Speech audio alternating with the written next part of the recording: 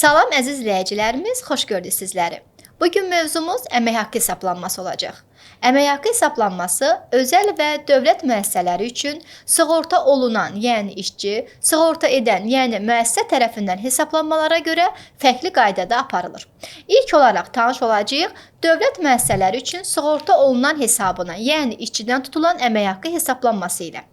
Qayda belədir. Hal-hazırda 2025-ci ildə minimum əmək haqqı 400 manatdan başlayaraq hesablanıb nəzərdə tutulmuşdur. Düstura əsasən əmək haqqı hesablanmasında 4 vergi tutulacaq. Gəlir vergisi, Dövlət Sosial Müdafiə Fondu, İşsizlikdən sığorta haqqı, icbari tibbi sığorta.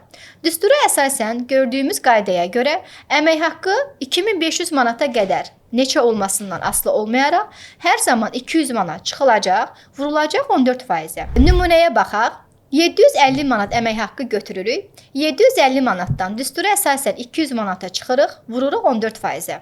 Alınan cavab 550 manatdan 77 manat gəlir vergisi hesablanmışdır.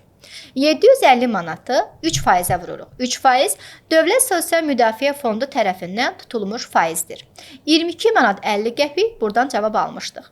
Üçüncü vergi işsizlikdən sığorta haqqı olacaq 0,5%. Əmək haqqını tam olaraq 0,5%-ə vururuq, 3 manat 75 qəpik hesablanmış oldu. Dördüncü vergimiz isə 750 manatı birbaşa 2%-ə vururuq. 15 manat icbari tibbi sığorta üçün hesablanmış oldu. Sonda əmək haqqı hesablanmasında praktik əmək haqqı cədvəlinə əsasən cəmi tutulan vergi başlığı olur ki, orada hər 4 hesablanmış vergi qeyd olunmuş olacaq. Yəni 77 manat gəlir vergisi, 22 manat 50 qəpik DSMF, 3 manat 75 qəpik işsizlikdən sığorta haqqı, 15 manat isə icbari tibbi sığorta. Beləliklə 118 manat 25 qəpik cəmi tutulan vergi olmuşdur. Yekunda maaşı tapmaq üçün əmək haqqıdan 750 manatdan çıxacaq cəmi tutulan vergini, yəni 118 manat 25 qəpiyə çıxırıq, 631 manat 75 qəpik maaş olmuş olacaq. Növbəti mövzuda, yəni əmək haqqı hesablanmasından davam edirik. Ancaq bu dəfə özəl müəssisələr üçün sığorta edən hesabına, yəni müəssisədən tutulan vergiləri öyrənəcəyik. Qaydaya əsasən özəl müəssisələr 400 manatdan başlayaraq 8000 manata qədər gəlir vergisindən azaddır. Gəlir vergisi tutulmayacaq.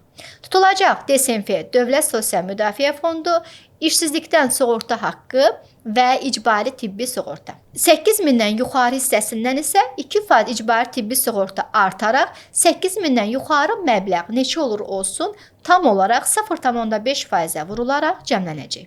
Nümunəyə baxaq. Deməli, DSMF tapılmasında əmək haqqı neçə olur olsun 200 manatı 22%-ə vururuq, 44 manat DSMF həmişə olduğu kimi qalacaq.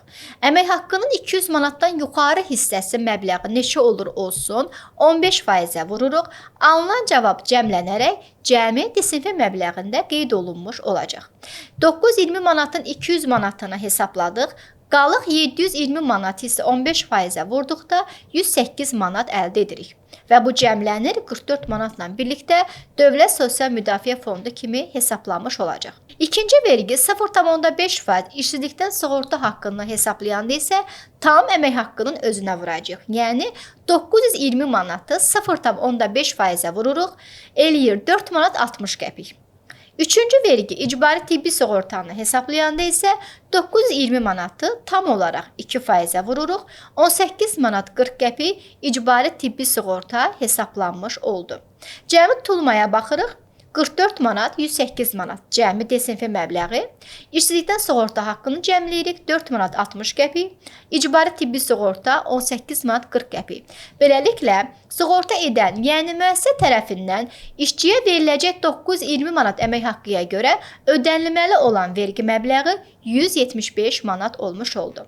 Əgər əmək haqqınız 8000-dən yuxarı olarsa, bütün qaydalar olduğu kimi qalacaq. Sadəcə 8000-dən yuxarı hissəni ayrıca 0,5%-ə vuraraq icbari tibbi sığorta məbləği 8002% 160 manatından cəmləyərək ümumi tutulan vergi məbləğinə əlavə eləyə bilərik. Əziz izləyicilərimiz, bugünkü əmək haqqı mövzumuzda dərsimiz bu qədər. Əlavə suallarınız olarsa aşağıda komment bölməsində yazmağı və bəyənməyi unutmayın. Hələlik!